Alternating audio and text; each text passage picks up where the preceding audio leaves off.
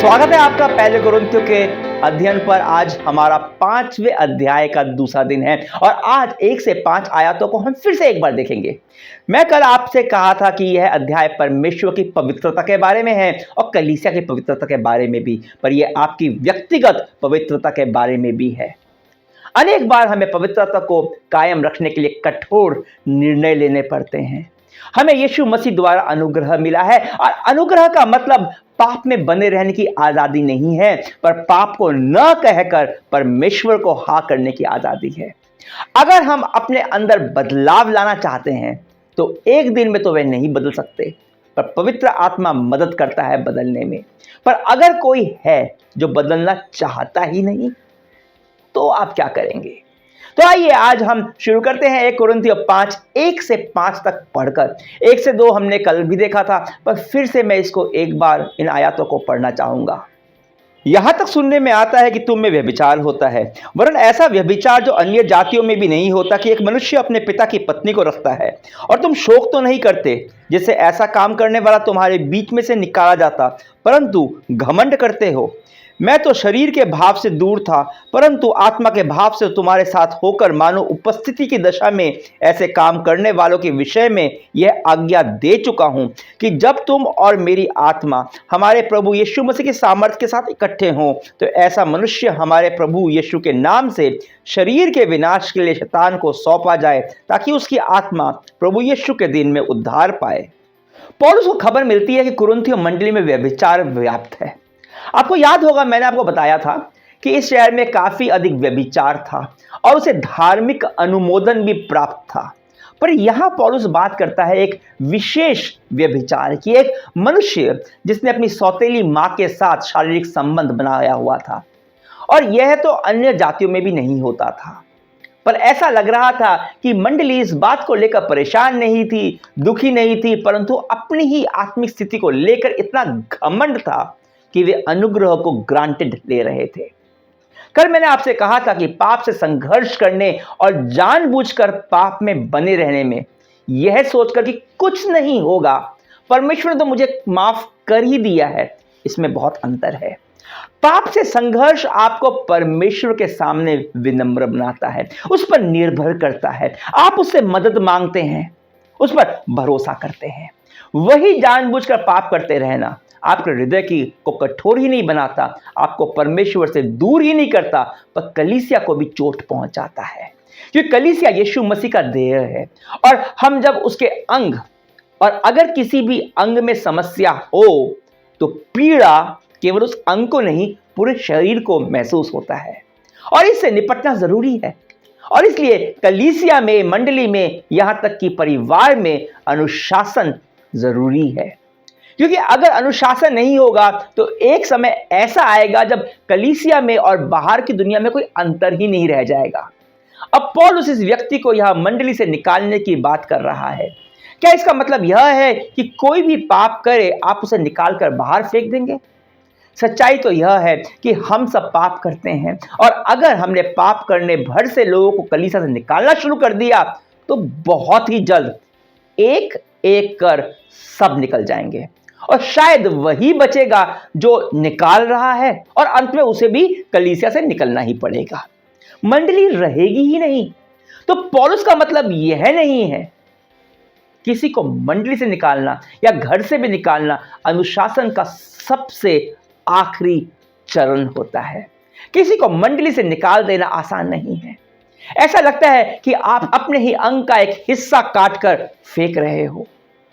देखिए, 3 बातें हैं जो होनी चाहिए, 3 बातें जब आप ऐसा निर्णय लेते हैं। पहला, वह व्यक्ति ऐसा दावा करता हो कि वह यीशु मसीह का विश्वासी है। देखिए, मंडली में बहुत से लोग आते हैं और सब तो विश्वासी नहीं होते। कुछ लोग केवल देखने आते हैं या उन्हें अच्छा लगता है इसलिए आते हैं। सबका स्वागत है।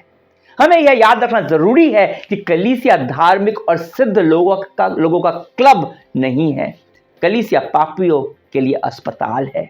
लोग चंगे होकर अस्पताल में नहीं आते, अस्पताल में आकर चंगे होते हैं। जो विश्वासी नहीं है पर मंडली में आता है, हम उसका स्वागत करते हैं, परमेश्वर के अनुग्रह के बारे में बताते हैं, उसके लिए प्रार्थना करते हैं कि पवित्र आत्मा उसके हृदय में काम करे और वह उद्धार पाए। उसको सुधारने की कोशिश नहीं करते।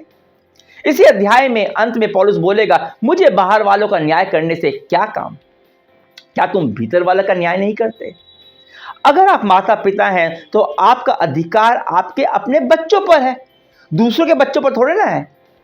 और दूसरी जरूरी बात, आप सबसे पहले वचन सिखाते हो और वचन के अनुसार क्या परमेश्वर की नजर में सही है, क्या गलत, इसके बारे में बताते हो।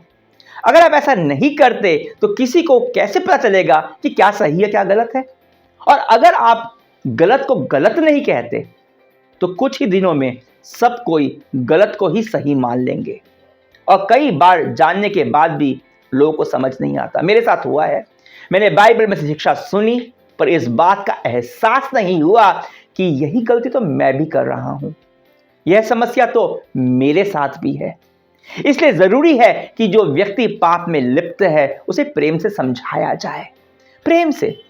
यह नहीं कि एक नियम की तरह बाइबल उसके मुंह पर दे मारी जाए, उसको उस पर थोप दी जाए, यह मत करो, बाइबल ऐसा करने से मना करता है, जैसा कि फरीसी किया करते थे। ऐसा क्यों कर रहे हो? यह तो नियम का, परंपरा का उल्लंघन है।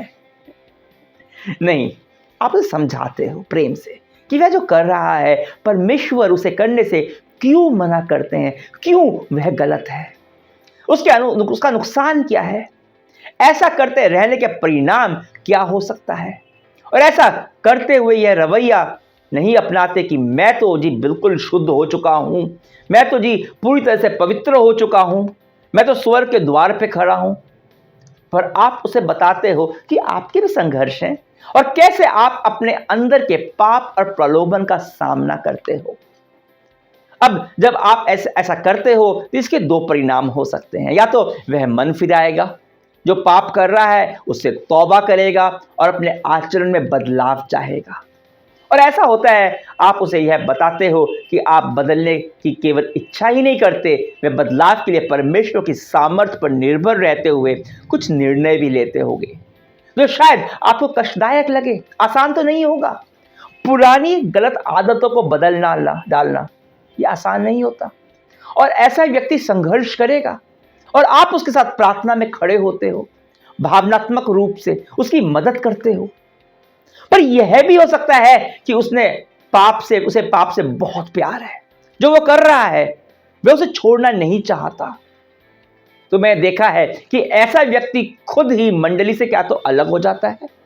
ऐसे में हम उसके लिए प्रार्थना करते रहते हैं। परंतु अगर तीसरी बात होती है, तीसरी बात, तो आपको कठिन निर्णय लेना पड़ सकता है।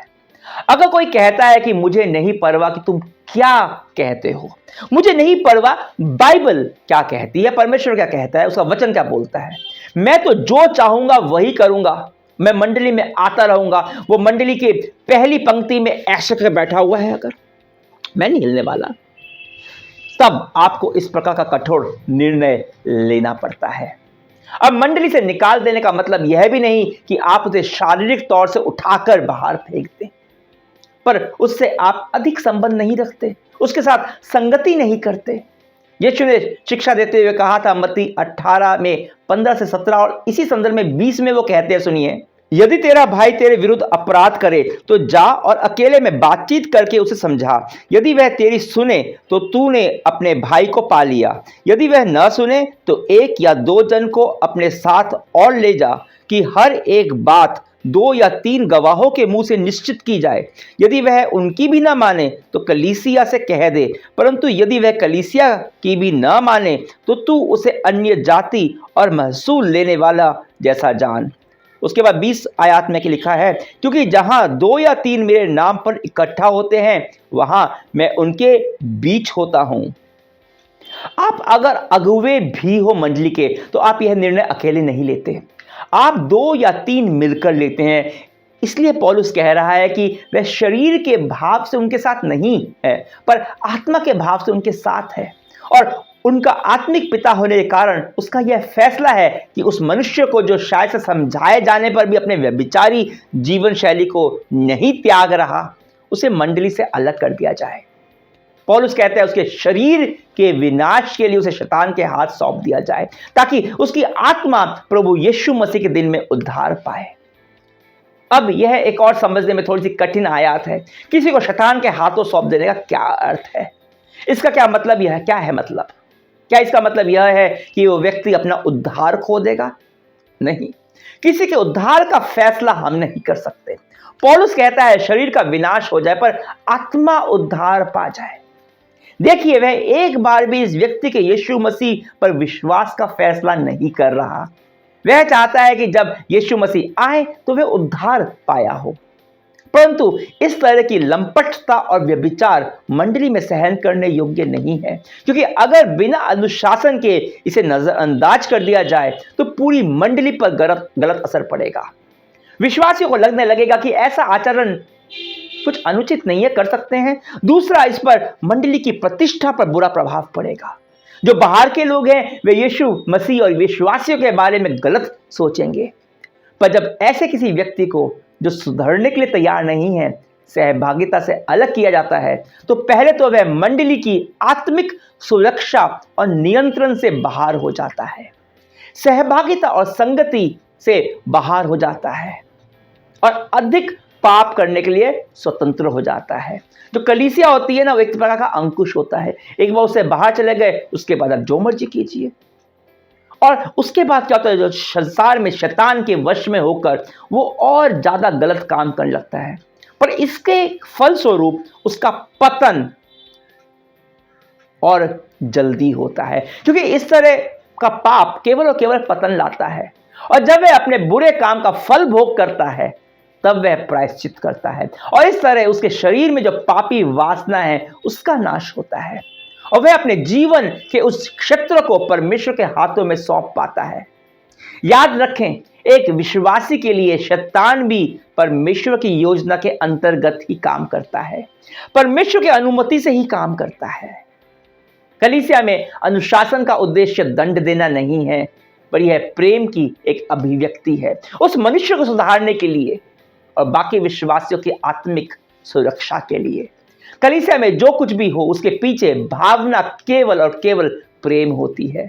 मैं जानता हूं कि अनुशासन को लेकर आपके मन में अभी भी बहुत सारे प्रश्न आ रहे होंगे, क्योंकि यह एक कठिन विषय है। खैर, इसके बारे में हम कल और चर्चा करेंगे 1 कुरिन्थियों 5 के 6 से 12 आयतों में। तो अगर आपने परमेश्वर के वचन से कुछ सीखा तो कमेंट करके वीडियो को लाइक कीजिए, उसको शेयर कीजिए, और चैनल में अगर नए हैं तो सब्सक्राइब कर बेल आइकन जरूर दबाएं। और अगर और कुछ आपके पास कमेंट्स में लिखने को नहीं है तो केवल आप प्रेज द लॉर्ड या आमीन भी लिख सकते हैं, क्योंकि जब आप कमेंट्स करते हैं, हम लाइक करते हैं, तो यूट्यूब उस वीडियो को और प्रमोट करता है। परमेश्वर के वचन को दूसरों तक ले जाने के लिए मेरी सहायता कीजिए। तो कल तक के लिए आगे चाहूंगा। परमेश्वर की स्तुति हो।